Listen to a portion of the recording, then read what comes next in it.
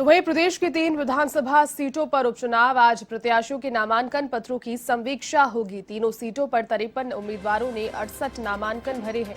साड़ा सीट पर भरे गए सर्वाधिक नामांकन पत्र। सहाड़ा में 21 प्रत्याशियों ने 25 नामांकन पत्र भरे। राजसमंद में 17 प्रत्याशियों ने भरे 24 नामांकन पत्र। सुजानगढ़ में 15 प्रत्याशियों ने भरे हैं 19 नामांकन पत्र। 3 अप्रैल तक प्रत्याशी अपना नामांकन वापस ले सकते हैं। तो नामांकन पत्रों की समीक्षा, जहां आज समीक्षा की जाएगी, लेकिन 3 अप्रैल तक नामांकन वापसी का दिन है। तो प्रदेश की तीनों विधानसभा सीटों में जो चुनावों की घोषणा हो चुकी है, उसका संग्राम भी तेज हो चला है। सुजानगढ़ में 15 प्रत्याशियों ने 19 नामांकन पत्र भरे। सबसे ज्यादा सहाड़ा विधानसभा क्षेत्र में नामांकन पत्र भरे गए हैं। 3 अप्रैल तक प्रत्याशी अपना नामांकन वापस ले सकते हैं। साथ ही बता दें कि प्रदेश की 3 विधानसभा सीटों पर उपचुनाव होने हैं। प्रदेश की वैसे तो 4 विधानसभा सीटों पर चुनाव होने हैं, लेकिन फिलहाल 3 विधानसभा सीटों के लिए जो शेड्यूल है, टेंटेटिव शेड्यूल है, वो जारी किया गया है। तारीखों का ऐलान हो गया है, लेकिन वल्लभनगर जो विधानसभा सीट है, उस पर तारीखों का ऐलान होना, चुनाव की तिथियों का ऐलान होना अभी बाकी है। तो प्रदेश की तीनों विधानसभा सीटों पर उपचुनाव का संग्राम तेज हो चला है। साथ ही आपको बता दें कि आज प्रत्याशियों के नामांकन पत्रों की समीक्षा होगी। चलिए इसी खबर पर अधिक अपडेट के साथ सहयोगी दिनेश कसाना फोन लाइन पर जुड़ चुके हैं। दिनेश, उपचुनावों का संग्राम कहा जा सकता है वो शुरू हो चुका है। प्रत्याशियों ने अपने नाम दाखिल कर दिए हैं। आज समीक्षा का दिन, क्या कहेंगे? देखिए, 3 विधानसभा के उपचुनाव राजस्थान में हो रहे हैं। सहाड़ा, राजसमंद और सुजानगढ़ 3 विधानसभा के उपचुनाव हो रहे हैं। और कल नामांकन पत्र दाखिल करने का अंतिम दिन था और सर्वाधिक नामांकन पत्र जो प्राप्त हुए वो सहाड़ा विधानसभा उपचुनाव में प्राप्त हुए हैं निर्वाचन आयोग को। तो ऐसे में अब आज नामांकन पत्रों की समीक्षा होगी और समीक्षा के बाद 3 अप्रैल तक जो उम्मीदवार हैं वो अपना नामांकन वापस ले सकेंगे। 17 अप्रैल को मतदान होगा तीनों विधानसभा क्षेत्रों में और उसके बाद 2 मई को इनके परिणाम जारी होंगे। तो इस तरह से पूरी चुनाव की प्रक्रिया यहाँ पर रहेगी। क्योंकि कुछ बागी भी खड़े हुए हैं। सहाड़ा की बात करें, वहां भी बीजेपी से जो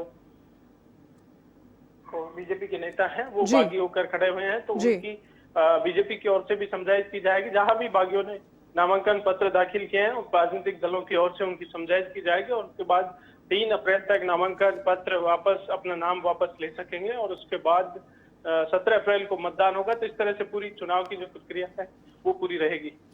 दिनेश, इसके अलावा दोनों प्रबल जो दावेदार माने जा रहे हैं, भारतीय जनता पार्टी और कांग्रेस, उन्होंने अपना एक तरीके से राजनीतिक जो बिगुल है वो बजा दिया है। कल कांग्रेस भी सारे मंचों से बोलते हुए मुख्यमंत्री अशोक गहलोत जहां लीड करते हुए नजर आए, लेकिन क्या कहा जा सकता है कि भारतीय जनता पार्टी और कांग्रेस के अलावा तीसरा कोई मोर्चा यहां पर प्रबल दावेदार के रूप में है? क्योंकि आरएलपी की जब जनसभाएं देखने को मिलती है और वहां पर हजारों लाखों की तादाद में भीड़ जुटती है, क्या एक नया प्रबल दावेदार खड़ा हो सकता है उपचुनावों में? क्या इतिहास बदल सकता है इस बार?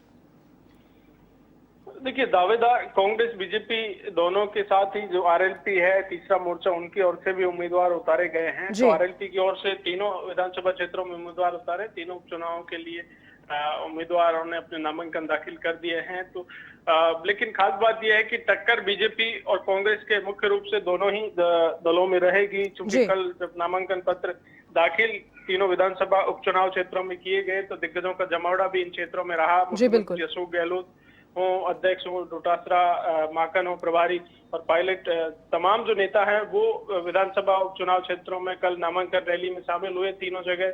और इसके साथ ही बीजेपी की ओर से भी केंद्रीय मंत्री हैं गजेंद्र सिंह शेखावत, प्रदेशाध्यक्ष हैं सतीश पूनिया, उन्होंने भी सहाड़ा और राजसमंद में नामांकन कार्यक्रमों में बीजेपी के प्रत्याशियों के शामिल हुए। और वहीं जो बीजेपी के प्रभारी हैं अरुण सिंह, वो सुजानगढ़ में बीजेपी के उम्मीदवार के नामांकन कार्यक्रम में शामिल हुए। राजेंद्र राठौड़ उपनेता प्रतिपक्ष हैं, चाहे अलका सिंह, वो तमाम जो नेता हैं वो अपने अपने उम्मीदवारों के उसमें शामिल हुए। हनुमान बेनीवाल हैं, आरएलपी के पार्टी प्रमुख हैं, वो भी सुजानगढ़ में जब उनकी पार्टी की जो उम्मीदवार हैं उनकी ओर से नामांकन पत्र दाखिल किया गया, सीताराम नायक, तो वहां भी वो हनुमान बेनीवाल मौजूद रहे। तो इस तरह से चुनाव मैदान में आरएलपी भी पूरा दम ठोक रही है, लेकिन मुकाबला मुख्य रूप से कांग्रेस बीजेपी का रहेगा। आरएलपी भी पूरी मजबूती से चुनाव लड़ रही है। तो ऐसे में देखना ये दिलचस्प होगा कि कौन सी पार्टी को कितनी बढ़त मिलती है। जी। लेकिन मुख्य रूप से कौन चुनाव मैदान में रहेगा, 2 दिन और शेष हैं।